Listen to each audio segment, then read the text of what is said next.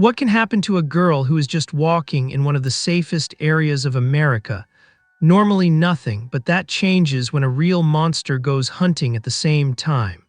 April Millsap was born on January 2, 2000. In the summer of 2014, she lived with her family in Armada, a small town in the state of Michigan, USA. April was a friendly and kind 14-year-old girl who attended the local high school. She had no brothers or sisters. When she was 6 years old, her parents separated. Her mother began a relationship with another man named David, and April and her stepfather quickly found common ground and maintained a warm relationship. She was very cheerful and had a pronounced sense of humor which always delighted her family. Her positive outlook on life allowed her to surround herself with many friends who gathered around her. April was creative, liked to draw, led an active lifestyle, and dreamed of becoming a veterinarian. Despite her young age, she seemed more mature than her peers. At the age of 14, she was already quite independent and walked her dog alone. She loved spending time with her friends, but was also close to her family. April had a boyfriend named Austin who was a year older. They went to school together and met there. By the time of the events in question, they had been together for about a year. In 2014, about 1,700 people lived in Armada. The place seemed safe, ideal for a family to live and raise children. Everyone literally knew each other by sight, but as life shows, such circumstances make such places very attractive to villains. Here they rarely operate, but they cause real panic. On July 24, 2014, the summer holidays were in full swing. That day, April didn't want to go anywhere and sought a quiet corner. She slept until noon and then spent the whole day on the computer, chatting with friends and playing a little.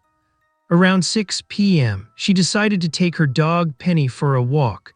She often took the animal with her, including with friends and her boyfriend Austin, so it was this time. She chose one of the usual walking routes she often took to relax.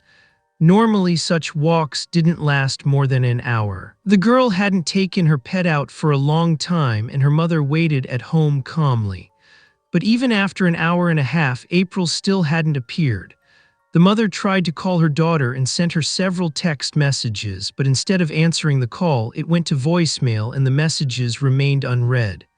The woman became worried and called her daughter's boyfriend Austin, assuming the two were together. When the young man reported that he hadn't seen his girlfriend all day but had only chatted with her online, Jennifer went into real panic.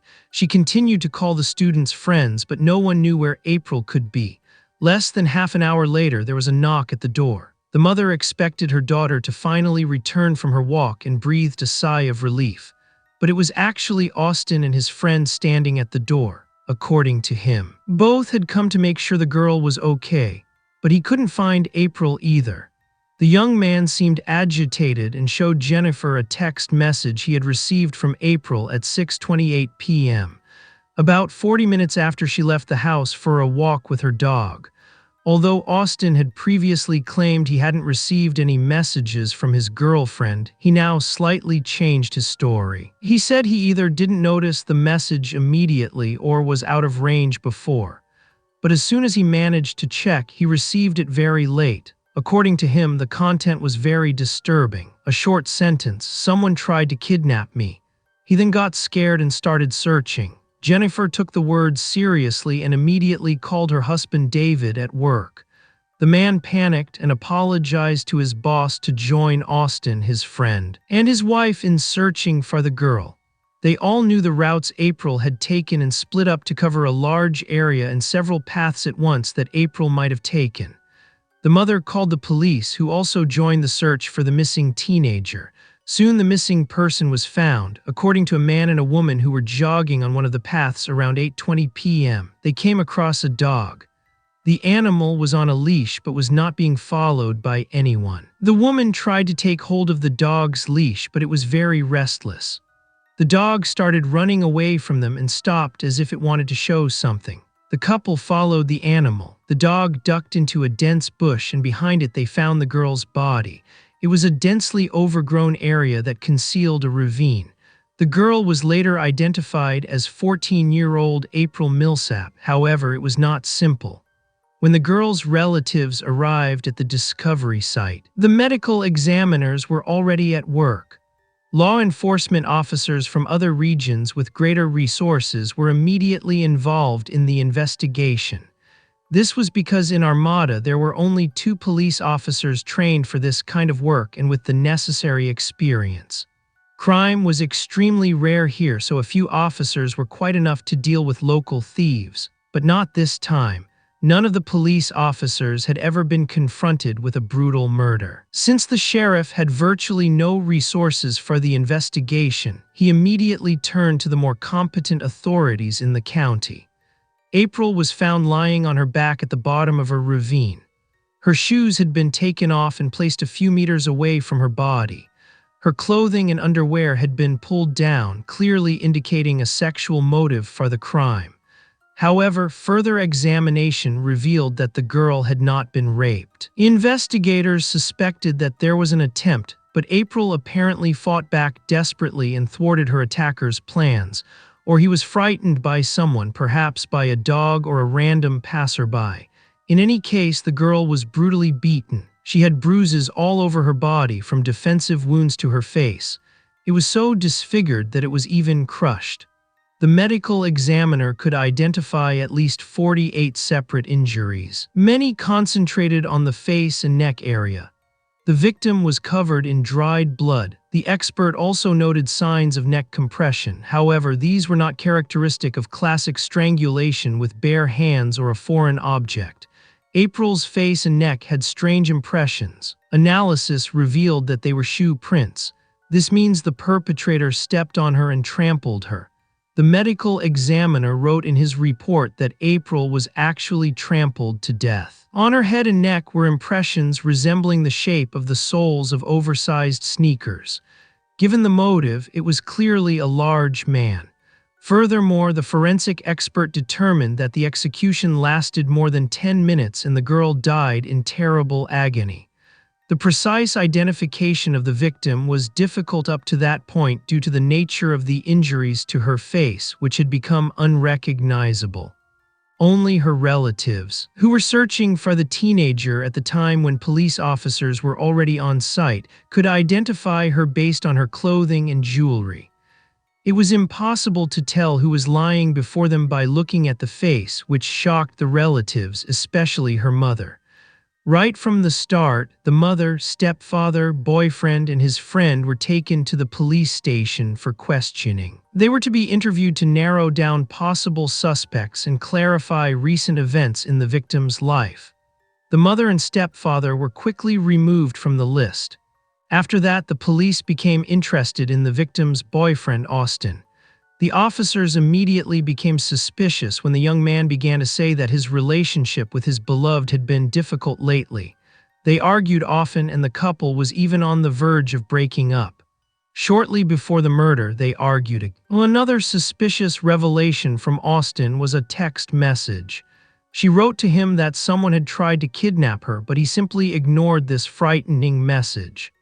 Austin himself insisted, however, that it couldn't have been him because the message arrived too late and he hadn't seen it. Apparently, there was some kind of glitch and the message was delivered very late. According to investigators, he reacted extremely sluggishly after receiving the message. He didn't report it to the police and simply went searching for her. According to Austin, he still held a grudge against his girlfriend and saw the message as a manipulation attempt. The young man thought she wanted to arouse his interest and concern so that he would reconcile with her first. He didn't realize it was so serious.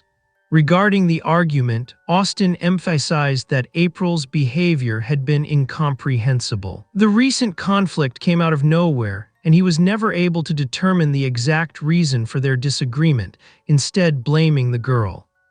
All this reinforced the investigators' suspicion that Austin might have a motive for the attack. In most cases, it is the partners who commit assaults. The officers decided to detain him longer and asked him to recount his daily routine in detail to analyze his movements and check his possible alibi. Austin said he met his friend around 4 p.m. to help him bring a television into the house. Afterwards, they went to a nearby McDonald's to have a snack. Finally, his statements were checked. Surveillance cameras at McDonald's indeed showed him there at the stated time. This happened around 6:30 p.m., just minutes after the message about the attempted kidnapping was sent. It was obvious that Austin could not have been involved in the murder, since he couldn't be the murderer. It was decided to take the victim's mobile phone for analysis, hoping it would provide further information. It was suspected that the girl might have received a text message from a stalker who was after her. However, the victim's mobile phone could not be found at the crime scene. Investigators suspected that the perpetrator had taken the mobile phone, turned it off, and deposited it elsewhere so it couldn't be traced. In search of the phone and other evidence, forensic technicians began examining the entire route April was supposed to have taken, but without success. Police officers with specially trained dogs and even the FBI were brought in. After an almost 24-hour search, everything seemed in vain, but the efforts paid off. The very next day, about a kilometer from the crime scene, her phone was found and immediately sent to a crime lab for examination. The victim's mobile phone provided interesting information. In particular, it was learned that she actively communicated at school with a man named Roger, who was known for his bad mood and often got into trouble. However, during the check, the young man was also removed from the list of suspects. It turned out he had a confirmed alibi. During the same period, information about the brutal attack was released to the public via local newspapers and television stations. The authorities tried to locate witnesses who might have noticed something suspicious along the route at the time of the crime. In the initial phase, however, the public was only agitated and the close-knit community of the town was frightened. People were afraid to leave their homes and let their children go outside unsupervised since the perpetrator was still at large. Most striking was the brutality of the attack and the fact that it occurred in broad daylight. No one could feel safe. Suddenly, a girl reported to the police station and made some strange statements. According to her, on the fateful day when April was killed, around 6 p.m., she was at home and looking out the window when she saw a white van driving by that she had never seen here before. A man was at the wheel and another young man was in the passenger seat. They drove very slowly through the area as if looking for someone or something, which immediately seemed strange to her. When the suspicious pair saw her through the window, they suddenly stopped. Both stared at her and pointed a finger at her house. All this gave the witness a bad feeling, then they drove away. Now that she had learned of April's murder, she feared the two men might have something to do with it. Perhaps they saw April as a suitable victim and attacked her.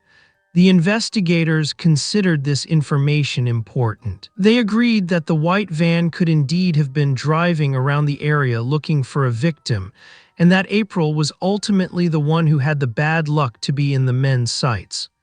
The police officers turned to the public again and released a description of the white van and a composite sketch of the two men inside, hoping to get more precise information.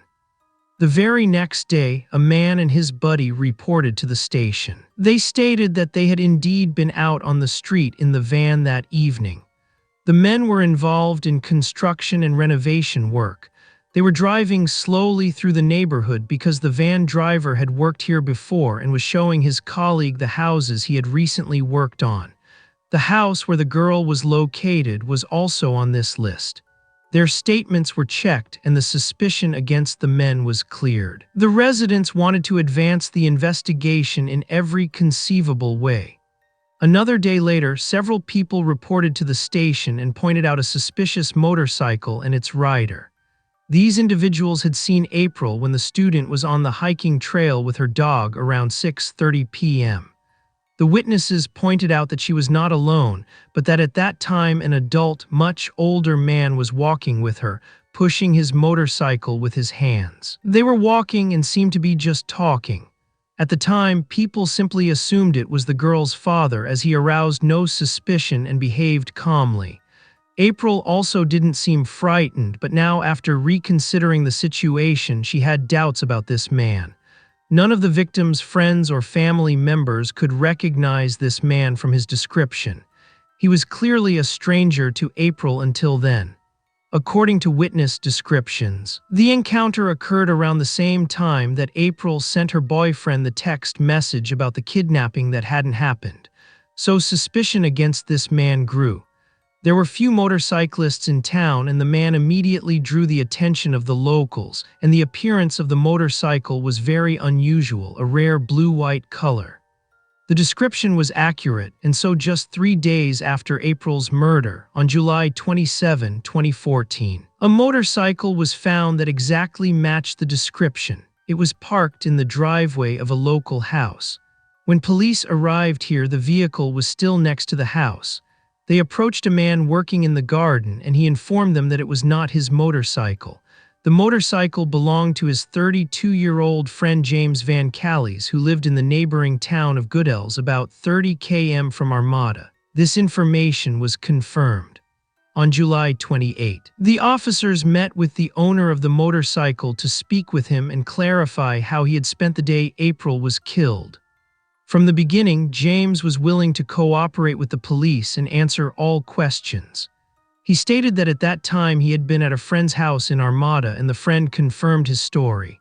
However, in the opinion of the authorities, this alibi was not sufficiently reliable, since the confirming witness was a friend who might be covering for the perpetrator. Also, there were slight inconsistencies in the timeline. The man was asked about the shoes he had worn that day.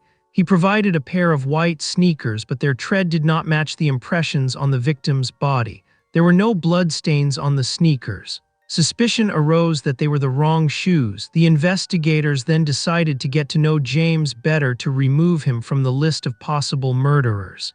He had a number of convictions, though not for violent crimes. He had been charged with burglary and failure to pay child support. The robberies occurred in 2005 and 2006. However, while reviewing the man's criminal record, the police discovered something much more frightening. His father, James Vancalis Sr., was a registered sex offender with a preference for sexual assaults. During this period, both men lived in the same family house. As it turned out, James Vancalis Sr. had been convicted of criminal behavior towards a minor child who was barely 13 years old at the time of the molestation. It was suspected that both men could be involved in criminal incidents. However, it was the son who was the focus of interest because it was a middle-aged man who was seen by eyewitnesses. He was identified by the eyewitnesses. During a house search, it turned out that the two were growing illegal plants on their property. The quantity was so large that they were arrested and charged with trafficking illegal substances. In this way, the alleged criminals were kept out of the public, and the investigation could continue without the risk of them fleeing the country. The police checked all the shoes found in the men's residence, but none of the treads matched the marks on the girl's body. Numerous DNA tests were also conducted on the clothing, but no matches could be found with the footprints on April. However, forensic experts examining the motorcycle were certain that it had been thoroughly cleaned with strong cleaning agents shortly before the police took it for analysis. It was assumed that this was an attempt to wash away evidence, and it was very successful as no traces remained. The investigators' theory was quickly confirmed when James Jr.'s girlfriend named Crystal contacted the station. She reported that on the day of April's murder, she came home and found James cleaning his shoes, his motorcycle, and his helmet. He was so thorough and used strong disinfectants that she suspected something was wrong. The impressions on April's head looked like helmet marks, and it was likely that James had used the helmet during the crime. Crystal also reported that during the day he had driven by car to his brother's house in a neighboring town where the victim of the massacre also lived. She described a pair of his sneakers, which were his preferred black and white Air Jordans, but these did not match the ones he presented to the investigators during their first encounter. Crystal also said that she never saw those sneakers again after that night. Probably the perpetrator got rid of his favorite shoes because he feared he wouldn't be able to wash away all the traces. The woman told the police in detail about her relationship with James. According to her, he was a very violent and abusive man. Lately, she had felt like a hostage and property of the man. James controlled absolutely every aspect of her life and even forbade her to leave the house if he couldn't accompany her. She hadn't trusted him from the beginning, but she was afraid he would kill her if she went to the police. Now that the perpetrator's family had been caught, she could speak without fear. According to James's own admission to his lover, he had cleaned his things because he had gotten them dirty with machine oil while repairing his bike. However, she didn't believe him. The police had to prove that the perpetrator had actually worn the shoes mentioned by Crystal. They managed to find photos on James's social media page showing him wearing sneakers that matched the description. Of course, James had gotten rid of the pair of shoes he wore on the day of the murder. But that didn't stop the police from finding and buying the exact same pair to match the tread pattern with the impressions on the victim's body. The forensics experts immediately found a clear match. April Millsap was trampled to death, and the perpetrator wore exactly the same sneakers that James had bought about a year before the attack. A check of the perpetrator's computer confirmed the fears. He was clearly interested in girls of a much younger age. An even more valuable piece of information was the girl's mobile phone, which was analyzed in the FBI lab. It turned out that she had installed a fitness application that recorded movement speed, steps, heart rate, and other parameters. Shortly after the disturbing message to her boyfriend Austin, she significantly accelerated her steps, as if trying to run away from someone. Apparently, James Vancalis approached her on his motorcycle and offered her something, whereupon the girl sent her boyfriend a text message about the attempted kidnapping. At the same moment, she accelerated to escape her pursuer. Just a few minutes later, the fitness app showed a multiple increase in activity. The steps were chaotic and excessively fast. This lasted for 10 to 15 minutes. Apparently, this recorded the moment of the student's fight for her life, which she unfortunately lost. Some time later, the perpetrator reached his vehicle with the stolen phone.